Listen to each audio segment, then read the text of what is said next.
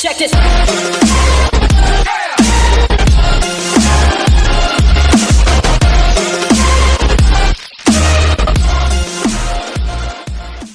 Eh bien, bonjour à toutes et à tous, et bienvenue dans cette nouvelle vidéo.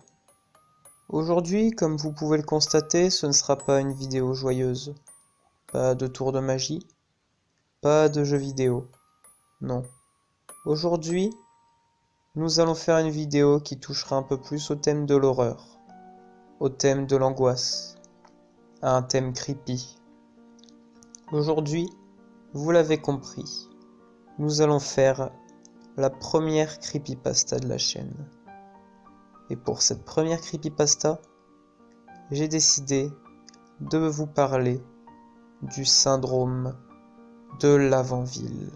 Alors, prenez votre téléphone ou votre ordinateur, prenez votre casque, éteignez la lumière, et nous sommes partis.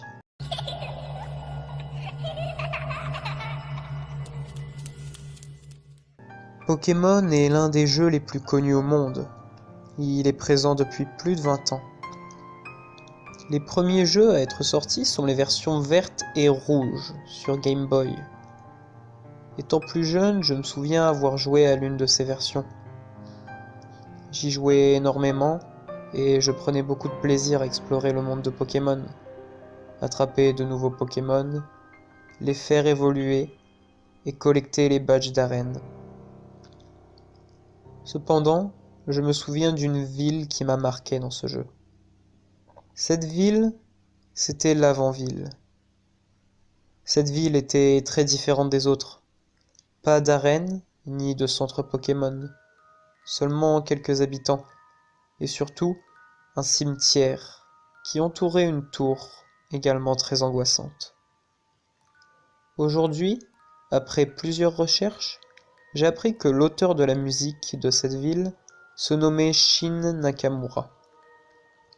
Mais les versions européennes ne possédant pas les mêmes musiques, j'ai eu du mal à croire ce que j'avais trouvé après plusieurs recherches. En effet, j'ai appris que les adolescents ou jeunes enfants japonais qui avaient joué à ce jeu avaient eu des problèmes après avoir écouté le thème de la ville de l'Avant-Ville. Saignement des yeux, des oreilles, et même parfois envie de meurtre ou de suicide. Et effectivement, après quelques jours seulement, après la sortie du jeu, Shin Nakamura mit fin à ses jours en se pendant dans la forêt japonaise de Aokigahara. Après cela, ce fut au tour de son fils, mort renversé par une voiture, après avoir écouté ce thème. Après toutes ces histoires, je décidai de me procurer une copie des versions japonaises de ce jeu. J'ai donc trouvé une copie sur internet après de longues recherches, mais j'ai fini par trouver la version japonaise de Pokémon Rouge. La musique était modifiée de l'original, comme on aurait pu s'y attendre. Je décida alors de m'attarder d'abord sur la ville. Il existait un Pokémon très étrange qui rôdait dans les herbes autour de cette ville. Le Pokémon numéro 731. Son sprite était très perturbant, c'est une série de plusieurs images. Un chirurgien devant une table d'opération, des cadavres, des drapeaux de l'URSS ou de la Chine, et beaucoup d'autres images, dont je vous épargnerai les détails, pour votre bien mental. Après documentation, je fis une horrible découverte. Le père de Shin Nakamura, créateur de la musique de l'Avant-Ville, travaillait dans l'armée japonaise, dans l'unité 731. Une unité qui réalisait des expériences sur des cobayes humains durant les périodes de guerre froide, et fit plus de 400 000 victimes. Après avoir appris tout cela, je décida de retourner sur le jeu, afin de voir si je ne trouvais pas d'autre chose. Je découvris alors le contenu de la tour de la ville. Des tombes couvrent une majeure partie du sol. Et une grande partie des étages de cette tour regorgeaient de Pokémon étranges. C'est ce qui me marqua énormément. En effet, les Pokémon que l'on pouvait trouver n'étaient pas des Pokémon normaux. Dans une ville comme ça, avec un cimetière, on pourrait s'attendre à trouver beaucoup de Pokémon de type spectre, comme des Phantominus ou des Ectoplasma. Mais non, il n'en était rien. On pouvait y trouver certains ennemis, comme des spectres ou des mains blanches. Et un ennemi en particulier qui m'a marqué, qui se trouve au sommet de la tour lorsque vous atteignez le dernier étage. Un ennemi appelé Buried Alive, ou traduit en français, l'enterré vivant. Un cadavre que vous allez affronter si vous réussissez à atteindre le dernier étage de cette tour. Cependant, si vous l'affrontez, il ne vous laissera pas gagner.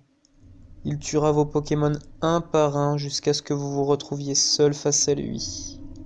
Vous aurez alors le droit à un écran de Game Over qui traumatisa énormément d'enfants japonais à l'époque. Une image de votre héros, dévoré par l'enterré vivant. Après un long moment pendant lequel j'ai essayé d'oublier tout cela, je me suis rappelé que je n'avais toujours pas étudié la musique de cette ville. J'ai alors téléchargé la musique et j'ai utilisé un logiciel qui m'a permis de rajouter les fréquences manquantes qui avaient à l'époque été censurées dans les jeux. Pour ma part, je vais m'arrêter ici car cette musique m'a beaucoup trop traumatisé.